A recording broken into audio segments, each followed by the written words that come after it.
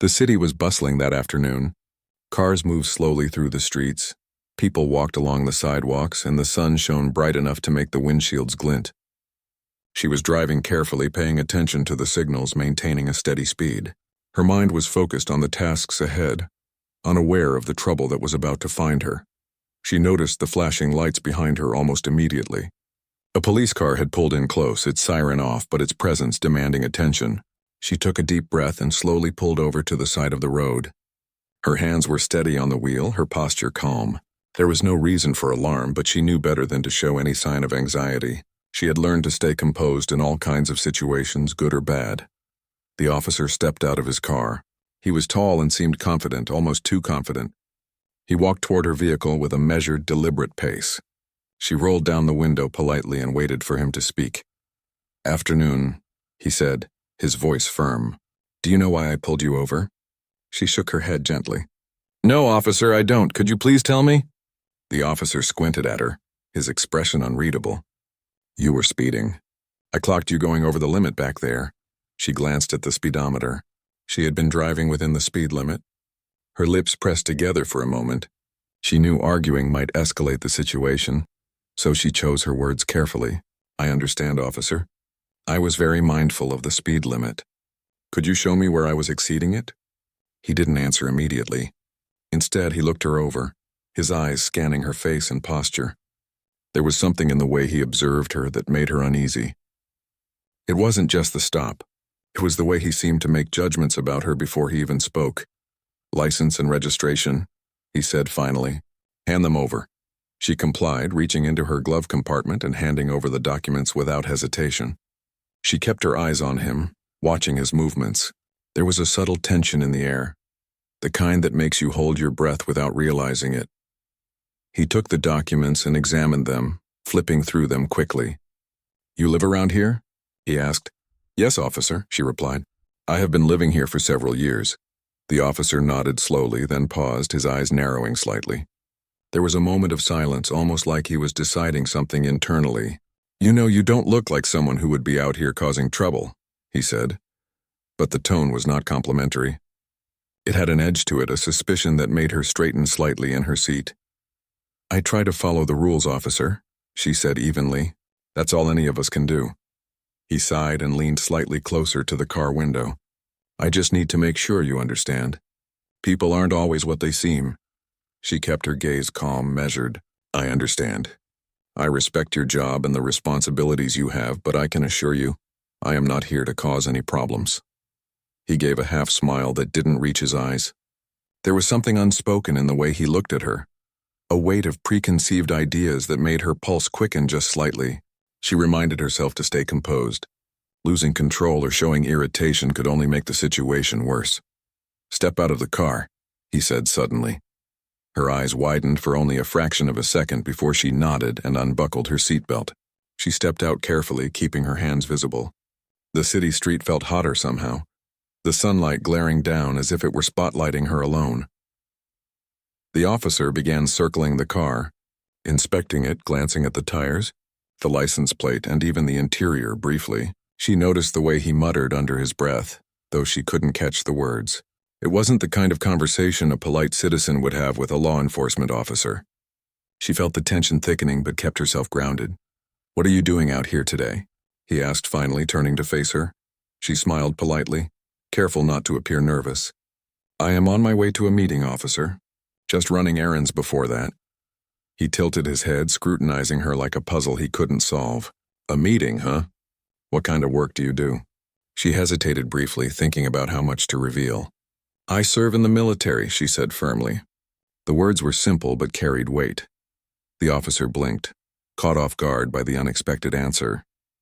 His stance shifted slightly. He hadn't expected that at all. "Military, huh? What rank?" His voice was cautious now, a hint of respect hiding beneath the skepticism. "I am a colonel," she replied without hesitation. She maintained eye contact, showing no sign of fear. "I am also currently involved in an official investigation." For a moment, he didn't speak. The confidence he had carried moments ago seemed to falter.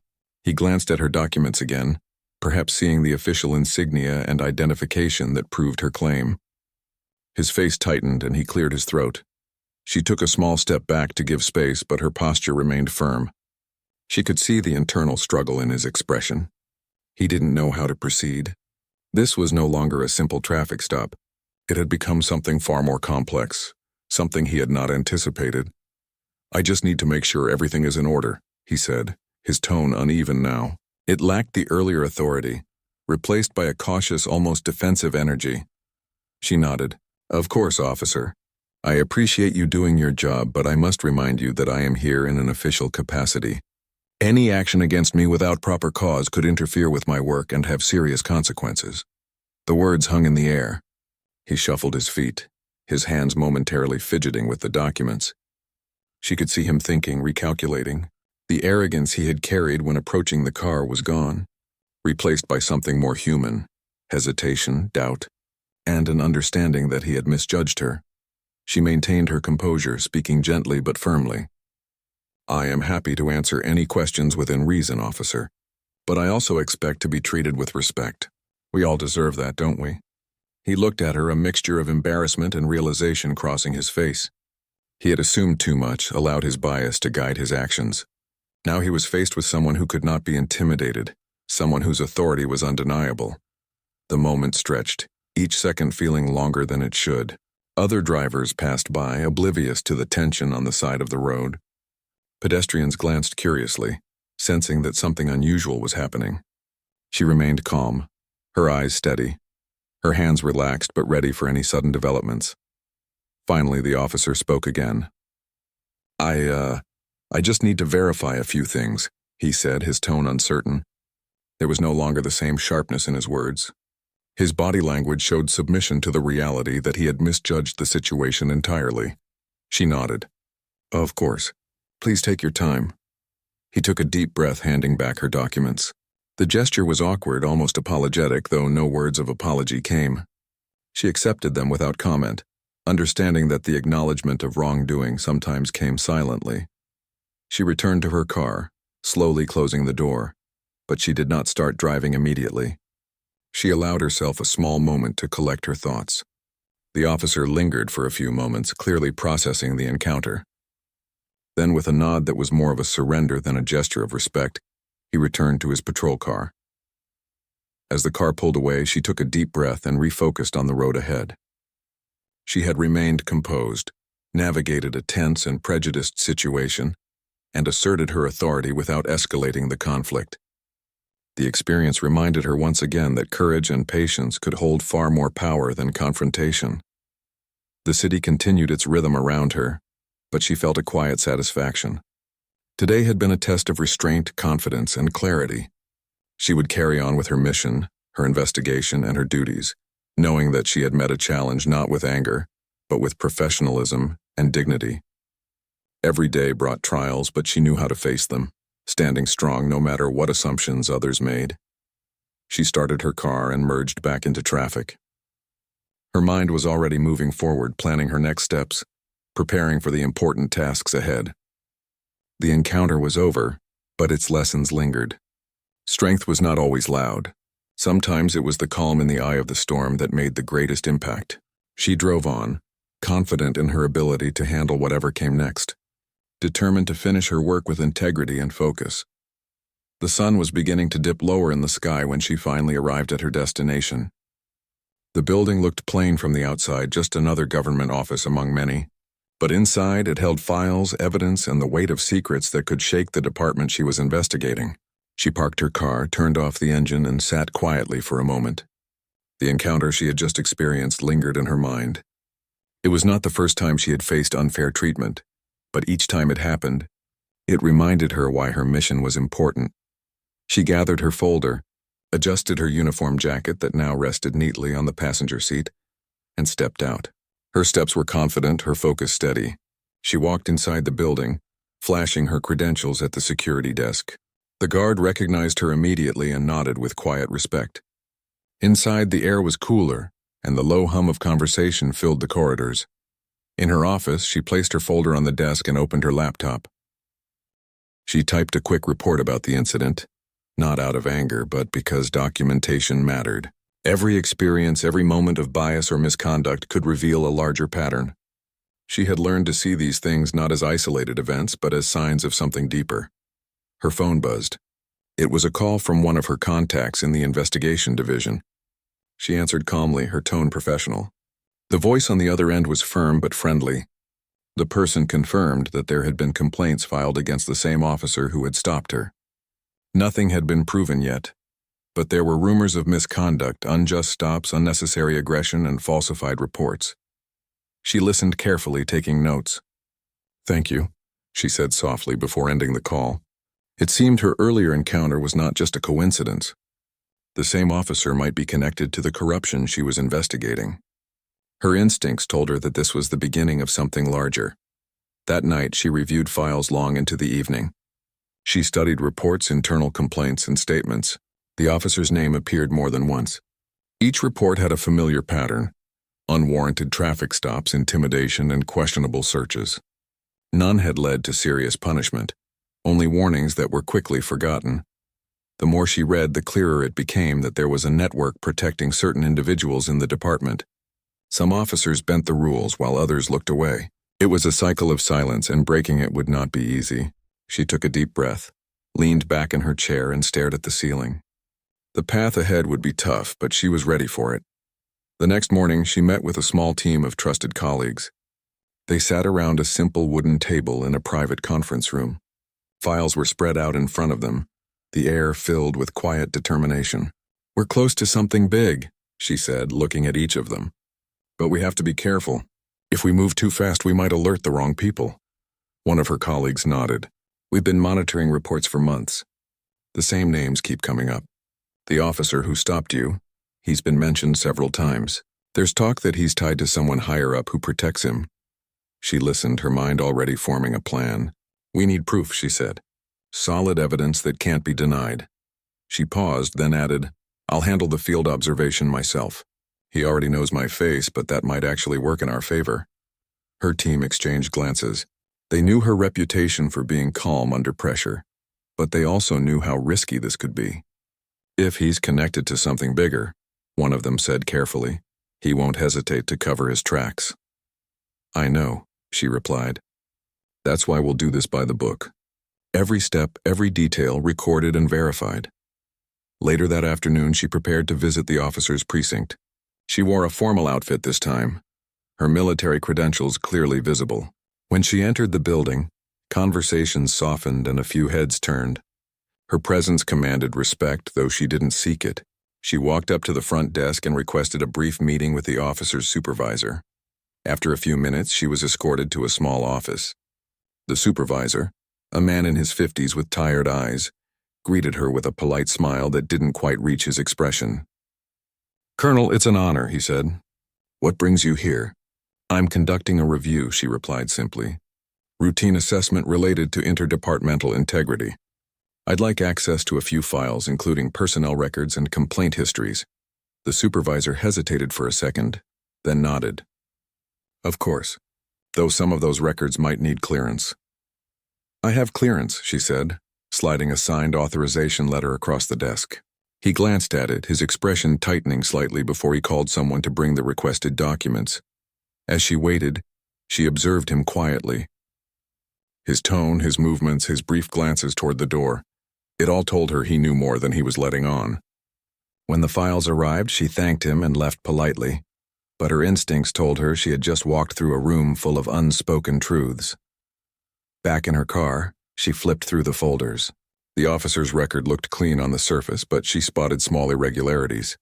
Dates that didn't match, signatures that seemed copied, and reports that were filed hours after supposed incidents. Someone had tried to make the file appear flawless, but they had not been careful enough. That evening, she made a secure call to her commanding officer. She reported her findings, careful to stay factual. "I believe we're dealing with more than individual misconduct," she said. "This appears to be coordinated. Someone is covering for certain officers, adjusting records and suppressing complaints." Her commanding officer listened without interrupting. After a long pause, he said, "Proceed carefully. Don't make direct accusations yet. Collect undeniable proof. Once we have that, we'll move." She agreed, ending the call with renewed focus. The investigation was no longer just about one officer. It was about a system that enabled him. She knew the risks, but she had never been one to step back when justice was at stake. Over the next few days, she continued her surveillance quietly. She visited neighborhoods where complaints had originated. She spoke to residents, shop owners, drivers, and workers, listening to their stories. Many described encounters that mirrored her own. Stops without cause, aggressive questioning, and intimidation. Their frustration was clear, but so was their fear. Some refused to go on record, worried about retaliation. One evening, she visited a small repair shop. The owner, an older man, hesitated at first, but eventually shared his story. "He stops me almost every month," the man said quietly. "Always says it's a random check. But it's not random. I think he just likes showing power." She nodded, thanking him for his courage. Each story she collected became another piece of the puzzle. Slowly, the picture was forming, a web of authority abused and fear maintained. Later that week, she returned to her office and began compiling the evidence. She arranged her findings carefully, linking reports, witness statements, and patterns of behavior. Each connection made the corruption clearer. There was more to uncover, but she could already see how deep it ran. As the night grew late, she sat back, staring at the wall. The encounter on the road had been a warning, but it had also revealed the truth she needed to see. The officer's arrogance wasn't random, it was protected. And behind that protection was a chain of people who benefited from silence. She closed her folder slowly, her face calm but her thoughts sharp. The next step would be crucial. She needed to confront the situation strategically. If she moved too soon, the network could vanish before she could expose it. But waiting too long could allow them to destroy evidence. Outside, the city lights glowed against the dark sky. She stood by the window, watching them flicker. For a moment, she thought about how many people trusted those in uniform to protect them. It made her resolve stronger. She would not let fear or corruption define justice. The next phase of her mission had begun, and she knew there was no turning back now. What started as a routine stop had opened a door to a much larger truth. She was ready to walk through it, one careful, determined step at a time. Days passed quietly, but tension grew beneath the surface. The colonel had gathered enough to know that something serious was hiding within the department. Yet every lead she followed seemed to hit a wall. Files were missing, records were edited, and witnesses hesitated to talk. It was as if invisible hands were erasing the truth before it could be found. Early one morning, she sat in her office with a cup of coffee growing cold beside her. The city outside was just waking up, the sound of traffic and distant sirens filling the air.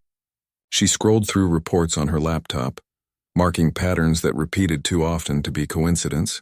It wasn't just one officer acting out of line. It was a chain reaction, small actions protected by silence from above. Her phone buzzed with a message from a trusted colleague. It was a single line.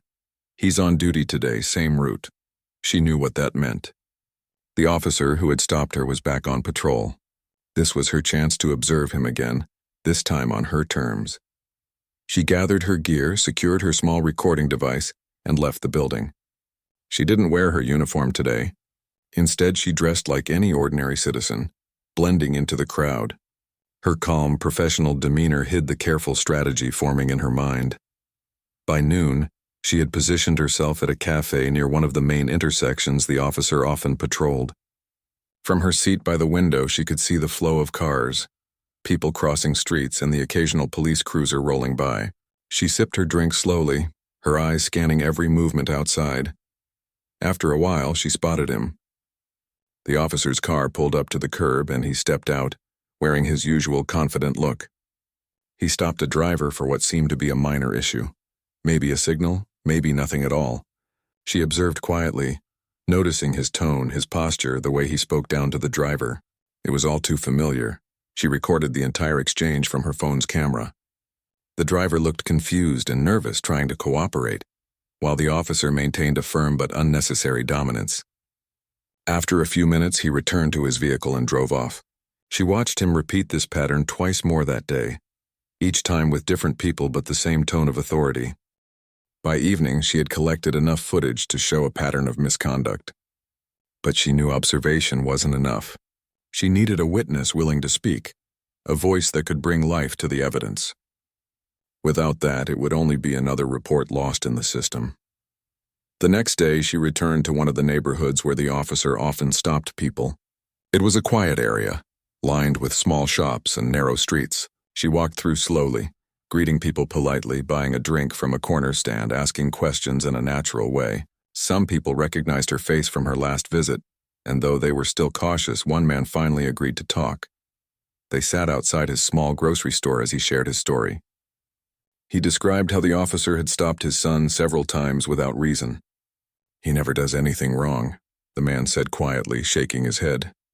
"But that officer, he always finds a way to make him feel like he did." She listened with patience, nodding gently, encouraging him to continue. "Did you ever file a complaint?" she asked. The man gave a small, bitter laugh. "Once, but they said they'd look into it. Nothing happened." She thanked him for his courage and promised his words would not be ignored. She didn't push him for anything more.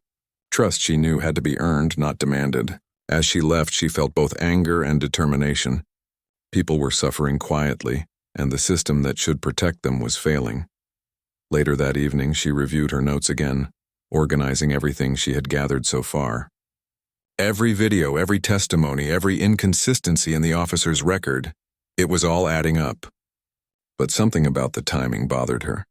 The edited files, the missing pages, it all pointed to someone higher who was protecting these actions. She decided to request access to internal communication logs.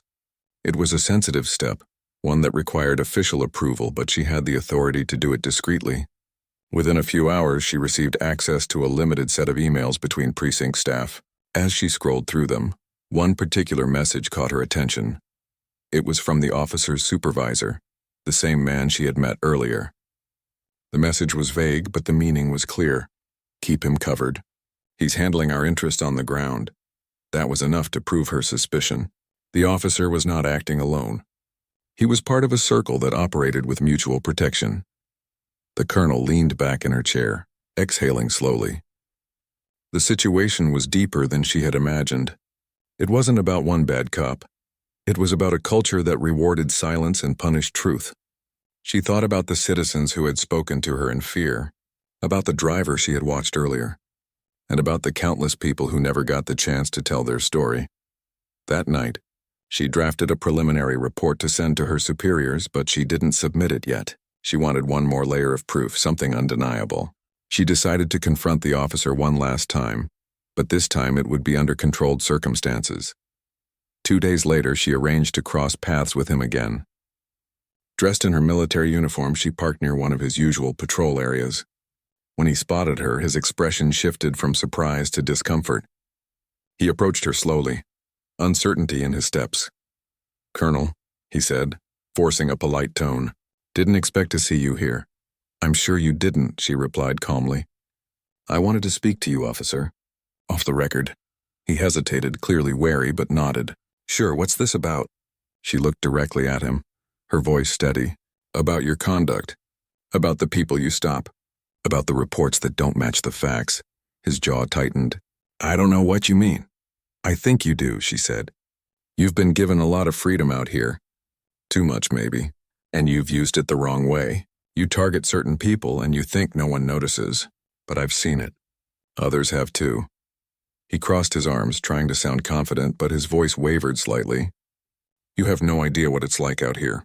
We deal with dangerous people every day. You can't just look at reports and judge." She didn't raise her voice. "I've served in places where real danger was a daily reality. But I never judged someone by how they looked. I judged them by their actions. You've forgotten what that means." For a long moment, neither of them spoke. The air between them was heavy with tension. Then she continued, her tone softer but firm. "You still have a choice. You can help fix this, or you can go down with those who built it." He looked away, the weight of her words sinking in. "You don't understand," he muttered. "There are people above me. I just do what I'm told." "Then tell me who they are," she said quietly. "It's your chance to make things right." He didn't answer, but his eyes told her enough. Fear, guilt, and a trace of regret flickered in them. She knew she had reached him, not completely, but enough to make him think. That was all she needed for now. After she left, she returned to her office and updated her notes. She didn't record their conversation officially yet, but she included her observations. His hesitation, His words, his reaction, all of it pointed toward confirmation that the corruption went higher. As the night deepened, she sat alone at her desk, staring at the city lights outside. Each light represented a person who trusted the system to keep them safe. That trust was fragile, easily broken, but it was her duty to restore it no matter how difficult it became. She closed her notebook, feeling a quiet strength settle over her.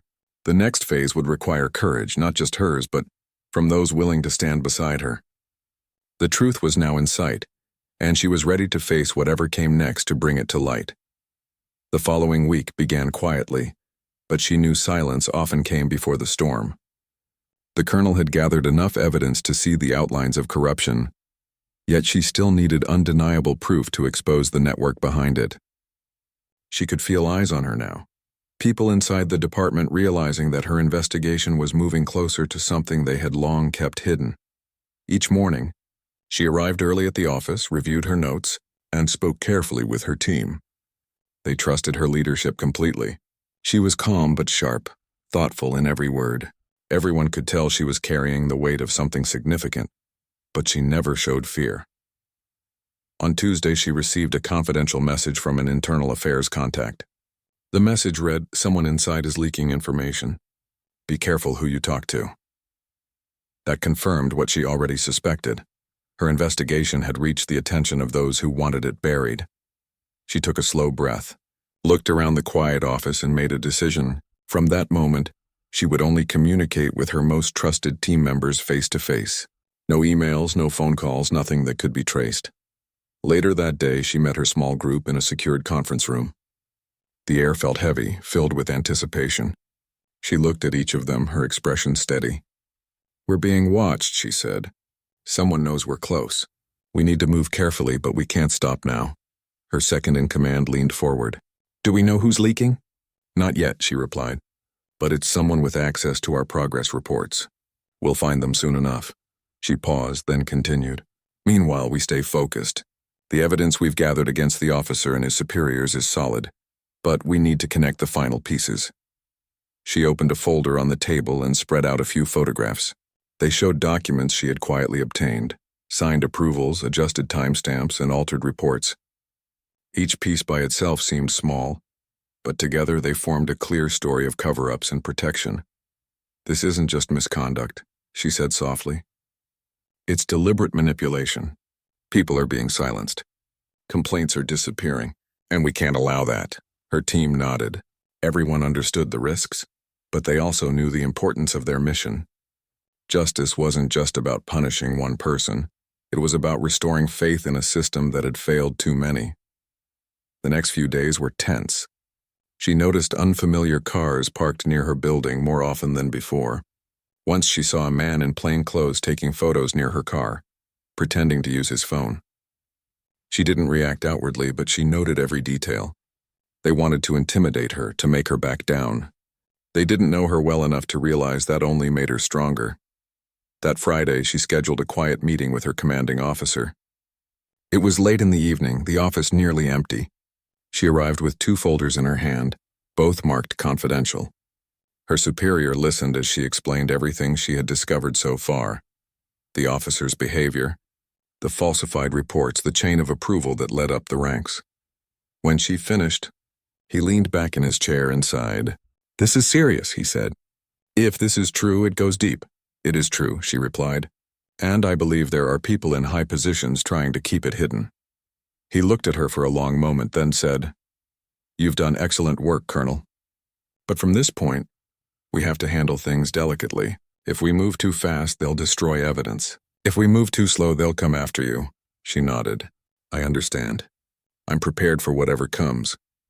That night, as she drove home, her mind was calm but alert. She thought about the officer she had confronted, about his words, "There are people above me." He had been telling the truth in his own way. Fear had trapped him just as it trapped many others, but fear could not rule forever. Over the weekend, she took a short walk through her neighborhood to clear her thoughts. Children played on the sidewalks, neighbors greeted each other warmly, and life seemed ordinary. Watching them, she felt a renewed sense of purpose. Everything she was doing, every long night, every tense meeting was for people like them, people who deserved fairness and dignity. By Monday, her plan was ready. She had coordinated with internal affairs to launch a discreet internal audit. It would appear routine, but in reality, it was targeted to expose hidden records. Every file, every log, every case connected to the officer and his supervisor would be reviewed. That afternoon, she walked into the precinct building with quiet authority. The atmosphere changed as soon as she entered. Conversations softened, eyes followed her, and tension filled the air. She was not there for appearances. She was there for the truth. She went directly to the supervisor's office. He greeted her with forced politeness. "Colonel," he said, his voice uneasy. "What brings you here again?" "I'm here for follow-up," she said simply. "We're conducting a departmental review. I'll need access to your case archives." His smile faded. "That's quite a request. Do you have authorization?" She handed him the letter signed by her superior. He read it slowly, his face tightening. He knew there was no way to refuse. "Of course," he said finally. "Let me get someone to assist you." "I'll handle it myself," she said firmly. "I prefer direct oversight." For the next several hours, she worked quietly in the records room. She flipped through boxes of files, comparing them to the digital versions she already had. Soon, she found what she was looking for: 2 copies of the same report with different details. The first version described an unnecessary stop involving a young driver. The second version removed the driver's statement entirely. The edits were clearly done after the initial submission. She photographed every page, noting the evidence carefully. Just as she finished, she heard footsteps behind her. It was the officer. His expression was tense, almost defensive. "Didn't expect to see you here again," he said quietly. "I could say the same," she replied. "You've been busy." He hesitated, then said, "Look, I know what you're doing. But if you're smart, you'll leave this alone. It's bigger than both of us." She closed the folder gently and looked him in the eyes. "You said something like that before. But this isn't about what's big or small. It's about what's right." He looked torn, as if part of him wanted to speak, but another part held him back. "You don't understand what they can do," he said under his breath. "You think you're helping, but you're walking into danger."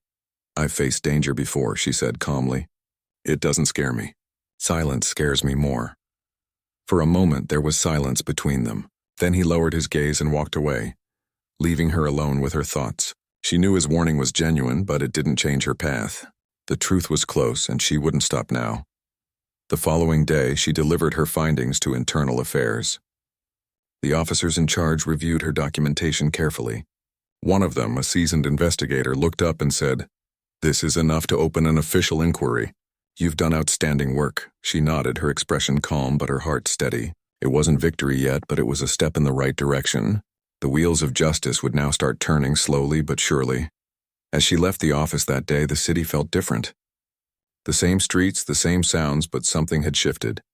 A truth long buried was beginning to surface. She knew there would be backlash, but she also knew she had support now. The system wasn't perfect, but it still had people willing to fight for what was right. That evening, she sat at her desk, reflecting on everything that had happened. The officer's face, the supervisor's nervousness, the fear that ran through the department. It all pointed to how power could corrupt when left unchecked.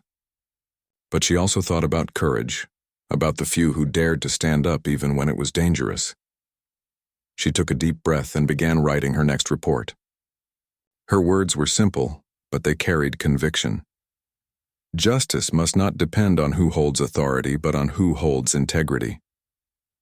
Outside, the sky was dark, the city lights glowing softly in the distance. She felt tired but peaceful. The hardest part was still ahead, but she was ready. Every truth revealed, every lie exposed, brought her closer to restoring what had been lost: trust. And as she looked out the window, she knew this fight wasn't just for herself. It was for every person who had ever been treated unfairly, every voice that had been ignored. The journey wasn't over, but the path was clear. She would see it through to the end, no matter what came next. The next few weeks were full of tension and anticipation. The investigation she had started was now spreading across departments.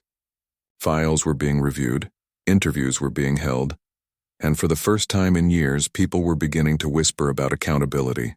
The colonel stayed calm through it all, but she could feel the pressure building around her. She had touched a nerve, and everyone knew it. Every morning she followed the same quiet routine.